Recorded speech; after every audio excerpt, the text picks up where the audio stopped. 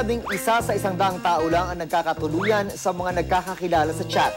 Pero bakit nga ba marami pa rin ang naiingganyong sumali rito? Isang graphic artist si Raymart at kapag pahinga sa trabaho, pagpindot ng kanyang cellphone ang inaatupag niya. Pero hindi niya inakala na sa mobile apps ng cellphone matatagpuan niya ang kanyang magiging nobya. Nakilala ko siya through YM and Facebook. Nakita ko lang siya na nahandun sa chat. Tapos, chinat ko siya, nakipagkaibigan ako. Meron pala kaming mga bagay na parehas gusto. I decided to try to get her number. Nung binigay niya sa akin, I decided na mangligaw sa kanya. Tapos, a month after, naging kami. Mas madali para kay Raymart na makipagkilala sa pamamagitan lamang ng pakikipag-chat dahil aminado siyang mahiyain siya sa personal. Pero hindi rin ganun kadali ang lahat dahil may catch sa kanilang relasyon.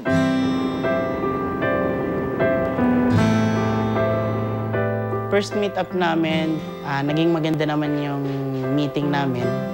Tapos naging masaya naman din. Nung nagkita kami, actually nagulat ako kasi mas maganda siya sa personal kaysa sa chat. Tapos naging mas maganda yung samahan namin kaysa nung sa basta we're just using video chat or calling. Yung kagandahan at kahirapan ng isang online relationship ay pwede mong gawin sa loob ng inyong bahay, kahit sa inyong mga kwarto o banyo. Babalikan natin ngayon si Raymart at kukuha tayo ng isang update, hindi techie update, kundi live update sa status ng kanilang relationship with his girlfriend na mula Bukidnon. Ito na. So, Raymart, hindi ka na ba lumalabas kasama ni Claudine? Wala ka na ba? Hindi pala. So, ito pala yung inyong...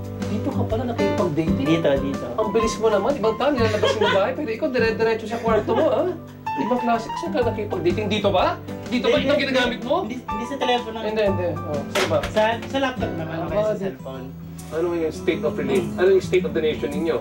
Sa ngayon, we're just very good friends. Very good friends na lang! Sabihin kay Ma'am Jessica nga, Ma'am Jessica, itong bagong update natin. Ano? Pero tumagal din naman kami ng more than 3 months. More than 3 months? Yes. Wow. So how does it feel now? Medyo masakit ba na nasakit kayo? Sa una, yes, medyo masakit. Pero you have to move on. I have to move on.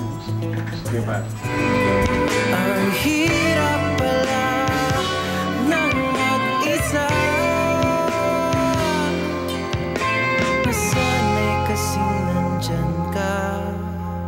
Anong payo mo sa mga best men? Okay ba makipag-girlfriend na online or dapat kumbaga sa totoong buhay na lang? What do you suggest sa mga tao? May sasuggest ko, okay lang naman na makipag-girlfriend online. Siyempre, kikilalanin mo munang mabuti.